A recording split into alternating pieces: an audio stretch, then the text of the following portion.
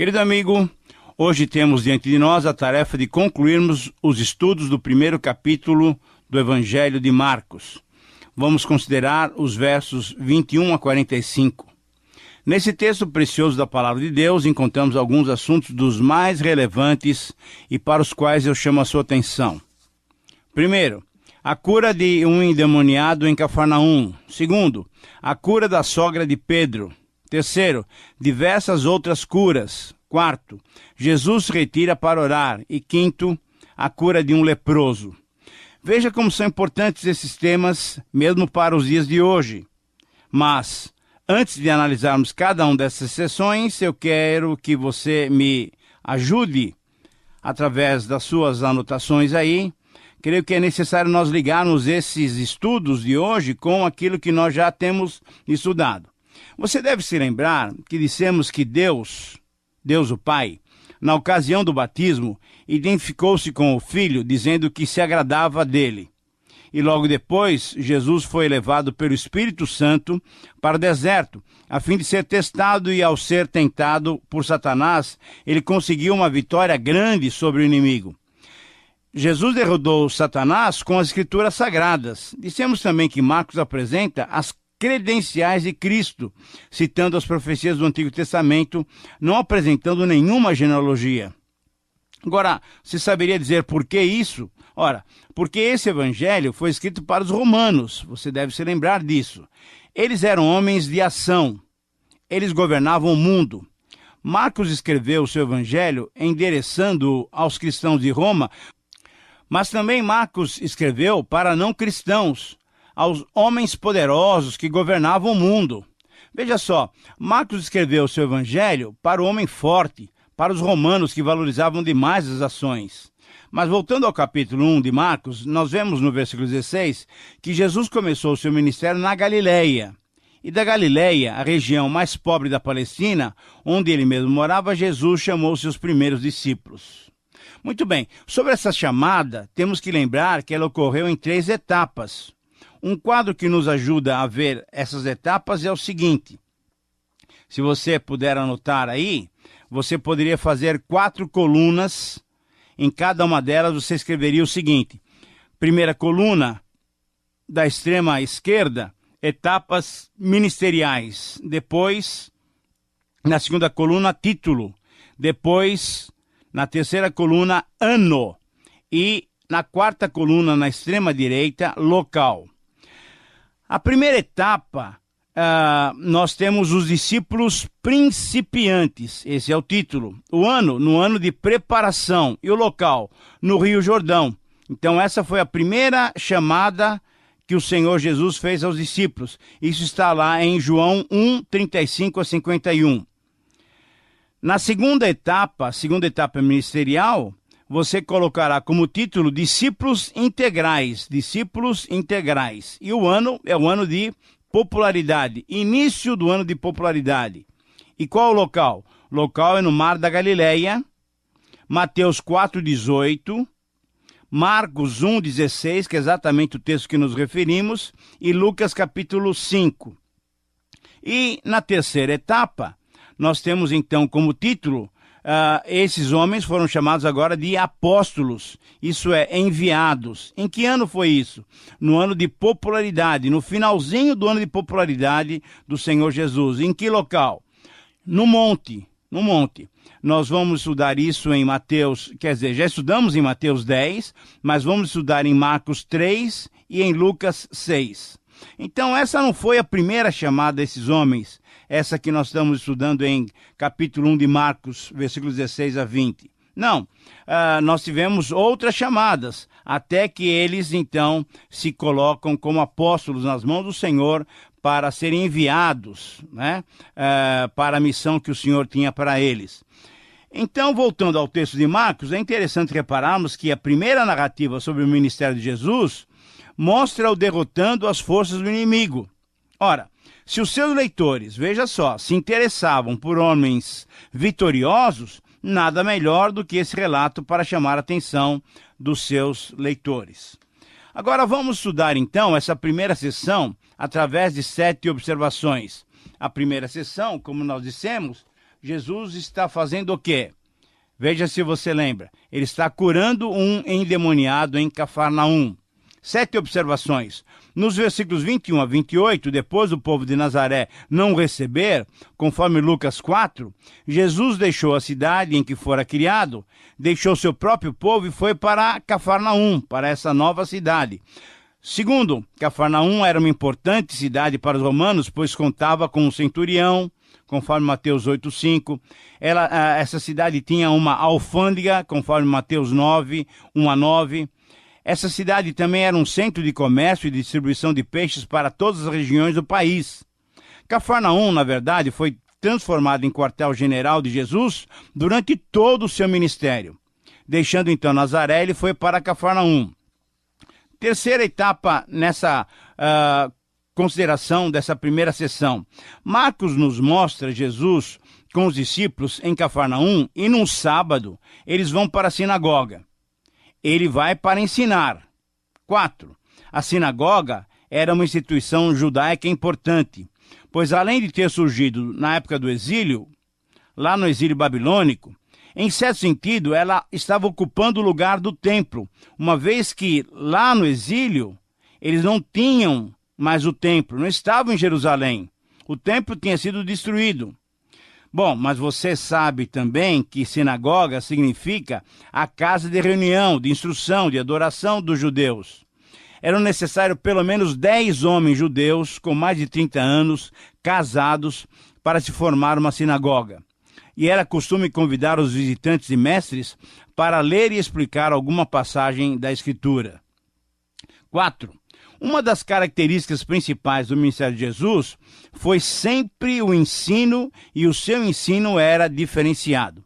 Por quê? Porque a autoridade com que ele ensinava não era como a dos escribas e fariseus, e isso causava grande admiração naqueles que o ouviam. 5. Quando a palavra de Deus é exposta, quando ela é ensinada com autoridade e no poder do Espírito Santo, como Jesus fazia, o inimigo se incomoda e se manifesta. O inimigo sabe que há poder em Jesus para o derrotar e o expulsar de um lugar que ele ocupa indevidamente.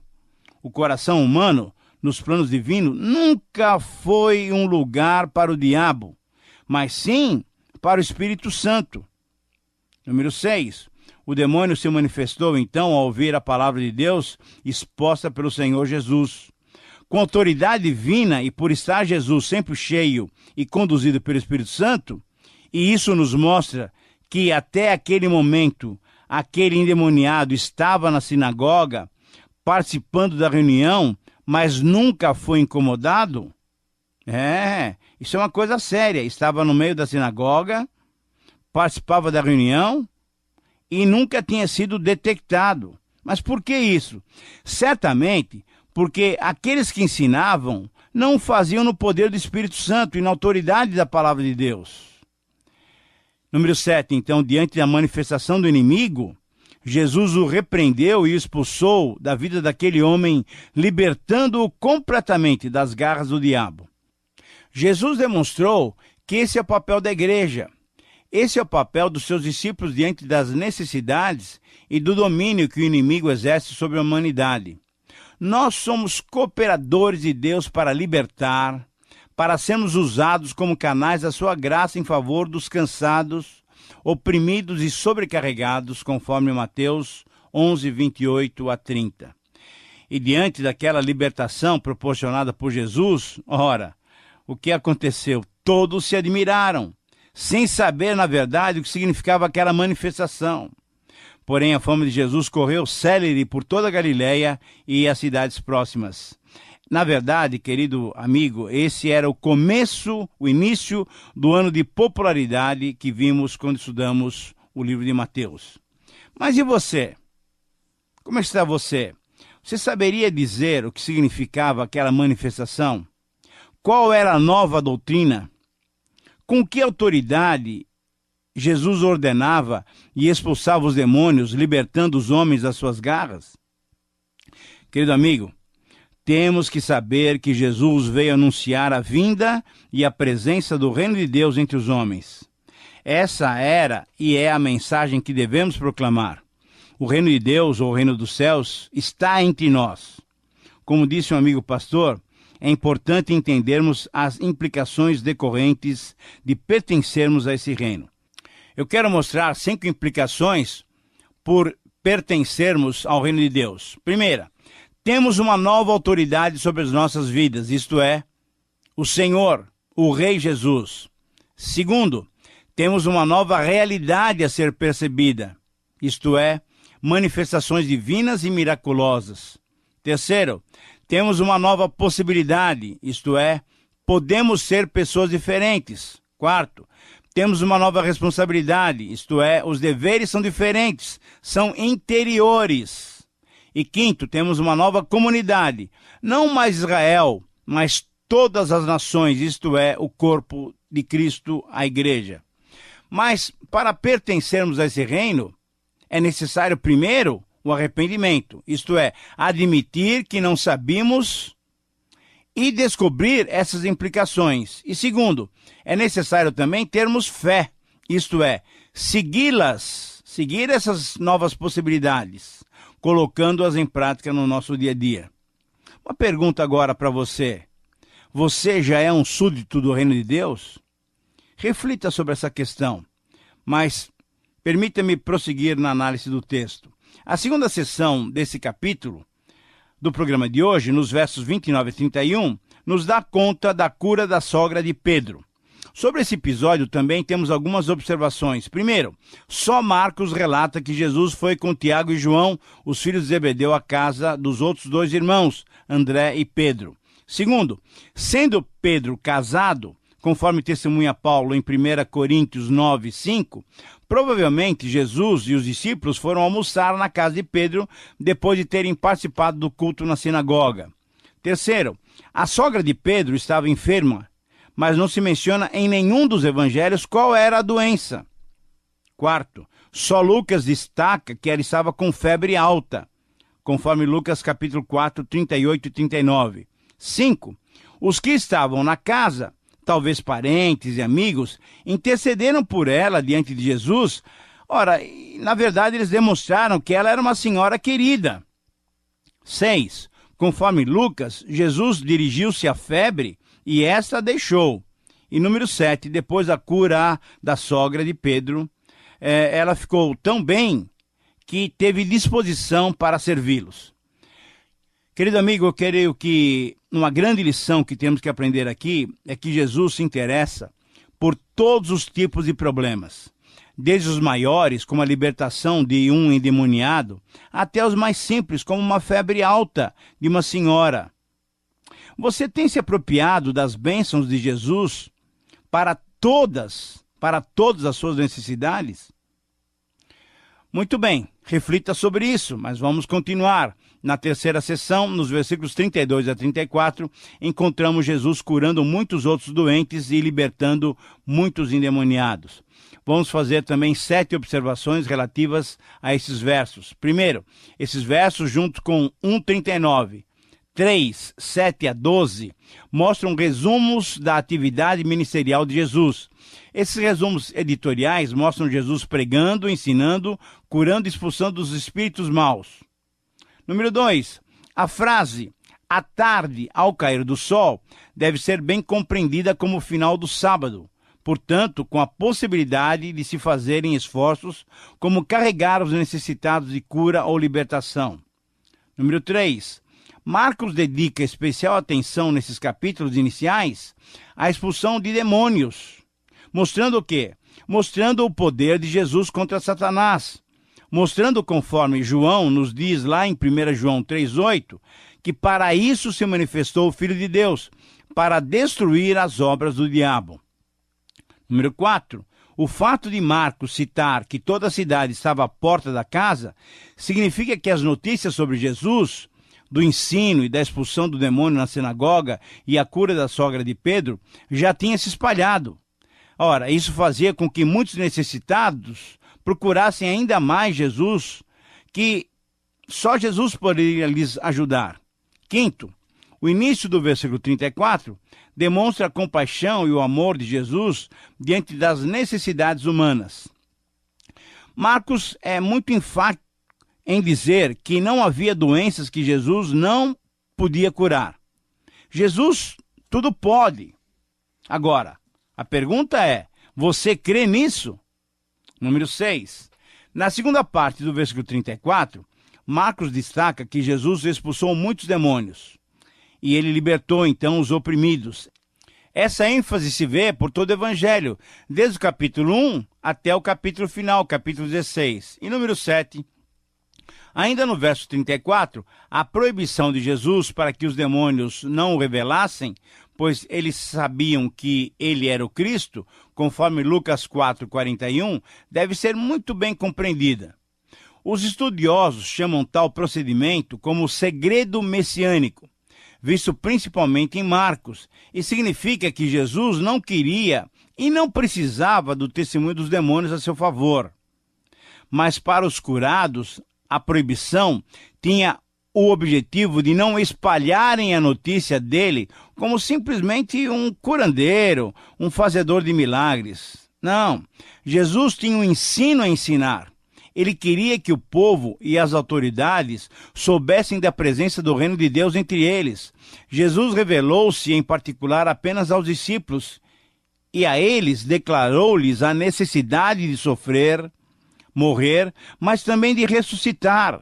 Então, ao fazer isso, Jesus estava mostrando que não se submetia ao conceito popular que o povo e os religiosos tinham a respeito do Messias, que seria então um grande líder guerreiro, um libertador político, que tiraria Israel de sob o domínio romano. Não, Jesus queria mostrar, na verdade, quem ele era.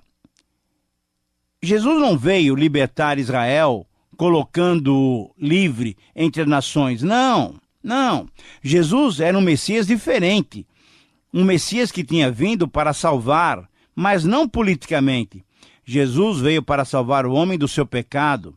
Jesus veio para demonstrar o amor, a compaixão divina para com toda a humanidade. Querido amigo, você tem experimentado o amor, a compaixão, a misericórdia e o poder de Jesus na sua vida? Reflita, pense, eu creio que sim, mas você deve avaliar melhor isso daí.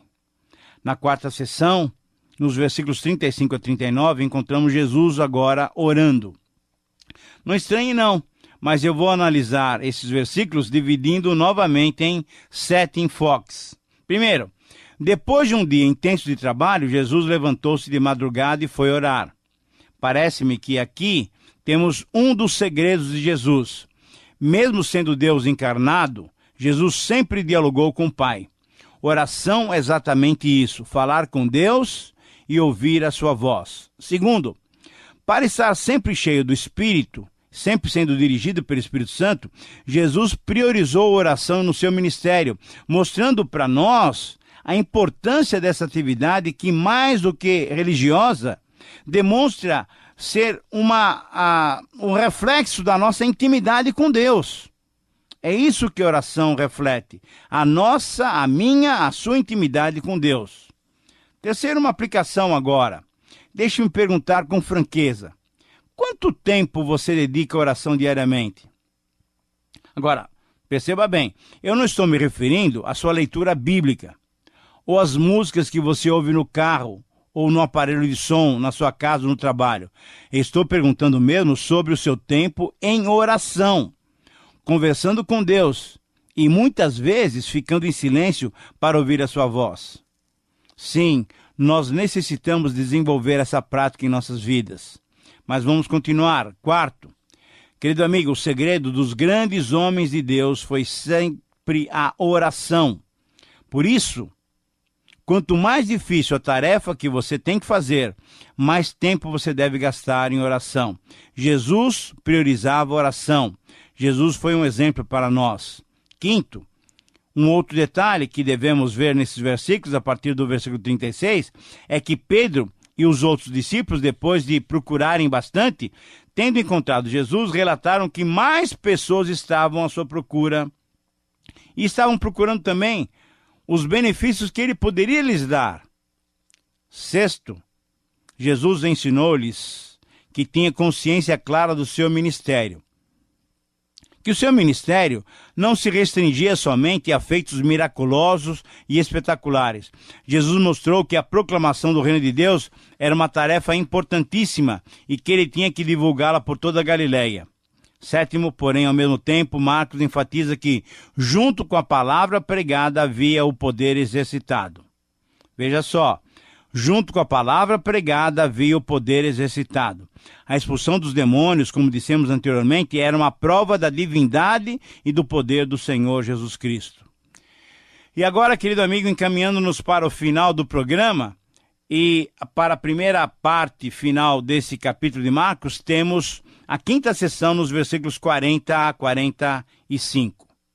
Nesse trecho encontramos o relato de mais uma cura realizada por Senhor Jesus. Conforme o relato de Marcos, Jesus cura um leproso. Veja que Marcos coloca sempre Jesus em ação. Ele vai mesclando o ministério de Jesus, mostrando sua pregação, o seu poder, atingindo o homem todo. Vamos fazer algumas observações também com relação a essa cura.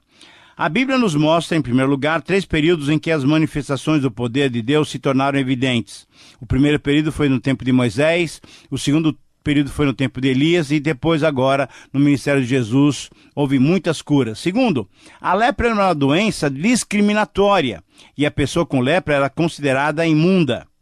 Terceiro, a lepra não era incurável, como podemos ver no livro de Levítico, mas era uma doença que mais matava. Ela não era incurável, porém quase sempre matava o seu portador. Quarto, o leproso, vendo Jesus, aproximou-se rogando-lhe de joelhos: se queres, pode purificar-me, demonstrando objetividade no seu pedido. Quinto, Jesus, profundamente compadecido, estendeu a mão, tocou-o e disse-lhe: quero, fica limpo. Jesus, tocando o leproso, demonstrou que valorizava mais a integralidade do ser do que as minúcias da lei, e assim o curou. Número 6, versículos 43 e 44, Jesus advertiu novamente para que ele não contasse a ninguém. Novamente vemos o segredo messiânico. E número 7, o versículo 45 mostra que o que fora curado não obedeceu, pelo contrário, divulgou o ocorrido e assim a fama de Jesus cresceu mais ainda. Essa popularidade crescente de Jesus começaria a despertar ciúme e oposição por parte dos religiosos. Diante disso, a minha pergunta: você acha que o ex-leproso teve uma atitude correta? Você obedeceria a Jesus ou adoraria o Senhor divulgando a bênção que tinha recebido? Muito bem, chegamos ao final de mais um tempo de estudo. Escreva para nós. Espero por você no próximo programa. Que o Senhor te abençoe.